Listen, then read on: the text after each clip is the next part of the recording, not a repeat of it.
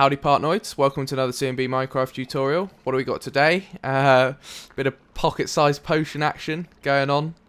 I've come up with a new design. It's not the one from the Batcave, but it's probably about a fifth of the size of the Batcave design, i.e. much better. It's got all the same functions, so press your button here for a potion of healing. You get 3 bottles, nether wart for your base potion, and then your melon. And then you can add various effects. So if you want to increase potency, you hit that and it will give you an extra bit of glowstone, which you can add to the potion, so it's more potent. And then all the other variables you've got there, so duration, add splash, and corrupt effect. Cool, so yeah, let's build it. Okay, so first things first, we'll do the interface, which starts with 8 blocks in a row like this. 3 up at the end, or 4 in total, and then that across the top there. So you should have a 2x6 gap in the middle, and then you want to indent that 1 here, a bit like that, and then you can whack your buttons in, 6 along there, and then 2 levers at each end, like that. Now we'll put the dispensers in. So here, 3 up, exactly the same on this side. Knock the middle block out, dispenser in. The dispenser's facing into the center of the interface. Same on this side, so they're facing each other like that. Then we'll do the basic wiring here for the unique items for the potions. So torches here, backing onto these buttons obviously, so you can affect the torches like that. Block above that, torches there, and then blocks above that. The dispensers just sit on the face of that, coming out here, so this torch is going to go into this, and then into that dispenser, all the way, and these buttons affect those. Then our final lot of dispensers up here, just slot in like that, so there's 4 there with the gaps at the end here. So there's 4, then a row of 6, and then these sets on the side there like that.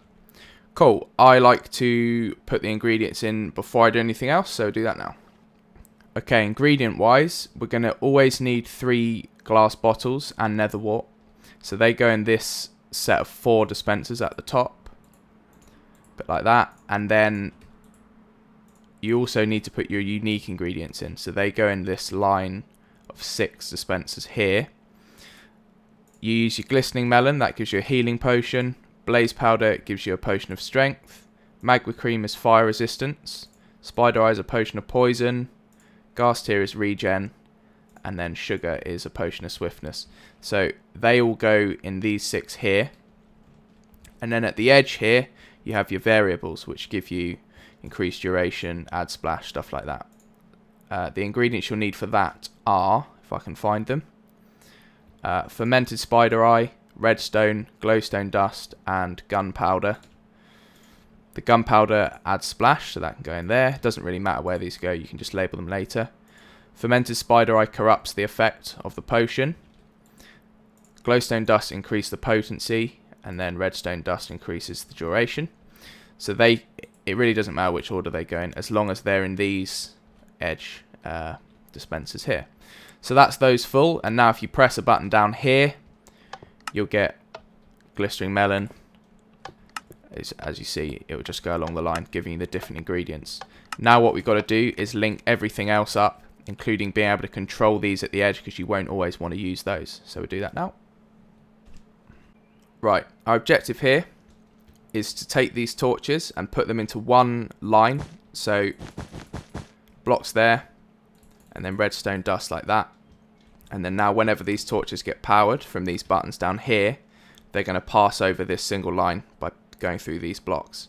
This line needs to come up to these 4 dispensers and these on the edge. So we do that like this. Blocks out. Glowstone at a diagonal to that. Everything's symmetrical, so it'll be the same on both sides every time. 2 blocks up. 2 blocks up there. And then 1 in. Cool. And then in the middle here, this gap of 4, that's glowstone as well. And all you got to do is run this line all the way around across the top of that glowstone and back down there, and then 4 repeaters in like that. So now this line is going to come up here, power these repeaters, and give us our 4 items. So I'll just give you an example. So this is our unique ingredient, and then we get our 3 bottles and our nether wart. And then depending on which button we press, we're just changing the unique ingredient, but we're still getting these coming out. Cool. The reason for the glowstone is because it's transparent. Whenever you pass redstone over the top of it, it won't act as a bud down here, which will activate these dispensers when we don't want it to. I had serious trouble with this build involving buds, so yeah, that's the reason for that. Okay, now we need to get this line into these dispensers here, but we don't want to directly power them because we want to control that with the levers with a pink circuit, which we'll do after this. So block out, repeater there, same on this side. As you can see, that repeater is not going to do anything until we've pushed a block in front of it, controlling whether or not it dispenses. And then to get power into this at the bottom here, you just come down, diagonal, same there, block in like that, and then redstone dust, and then exactly the same on this side. Now the reason again for the glowstone is because it's transparent. This is actually passing onto this green block here, even though it doesn't look like it and it looks like it's cut off, but actually when this comes down here it will pass and go through there. Same here, but it's also going up, so it's a very handy block to have. Cool. Now what we need to do is add the pink circuit in, which allows us to control whether or not these dispensers give us our variables. Cool. Right. Come back here, and we need to wire these in. So a torch on the back of this one, and we just leave this blank here. Block at the bottom there, and then a repeater coming out. So this lever is now going to power this repeater. That repeater is going to go straight into a normal piston facing up, and then 3 blocks of sand on top of each other like that. Another block there with a repeater going into this. So now what happens is you press that, powers the piston, pushes the sand into the path of this, which will now pass through into here and allow this to be dispensed whenever we press a button. So I'll give you an example. So we saw our glowstone comes out. If we turn that off and we do the same, we don't get any glowstone. We just get our normal setup. So that's that. And the reason for the sand is because I couldn't get the piston any higher than that. So now you've actually got like a long range transistor, which then falls back down like that. So yeah, pretty cool, pretty cool. Okay, that's that one. Now we just need to be able to control this up here. It's a similar sort of idea. We're going to be using a piston again.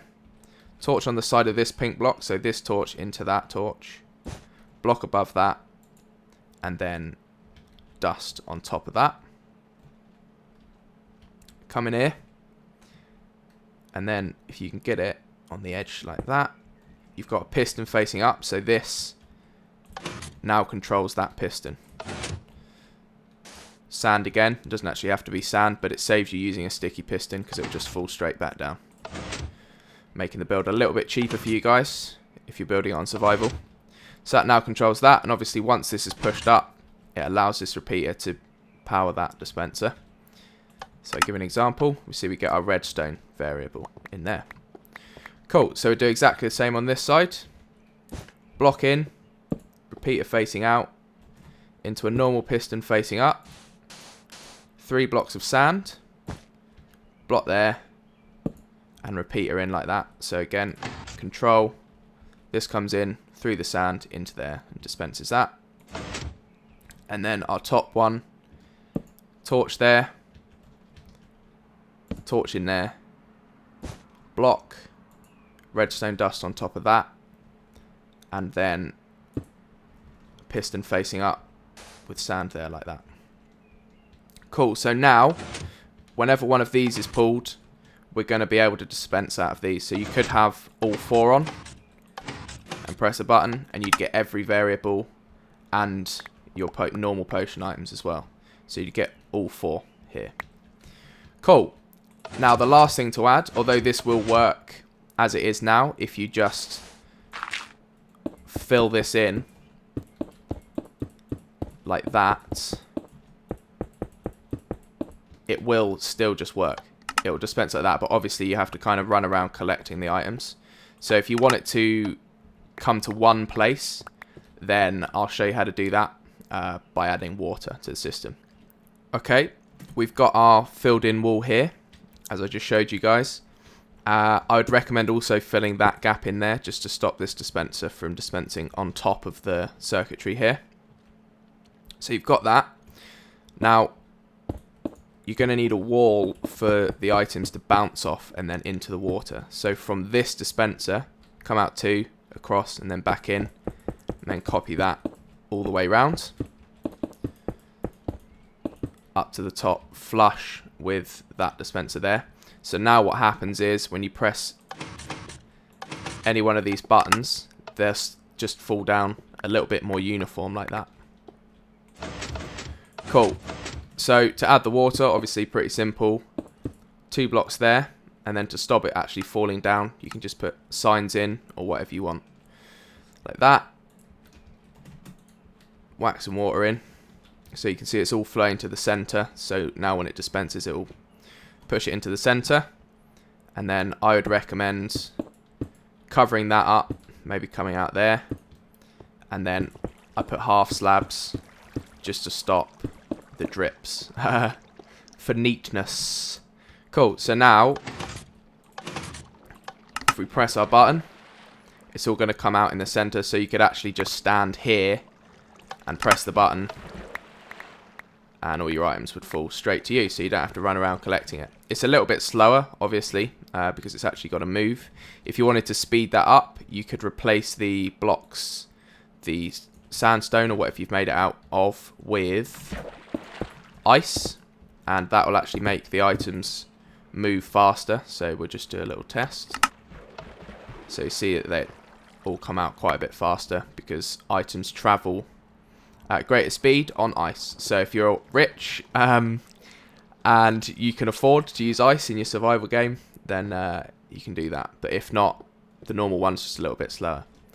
Cool, so that's it for today. I hope that sorts you guys out. And yeah, cheers for watching.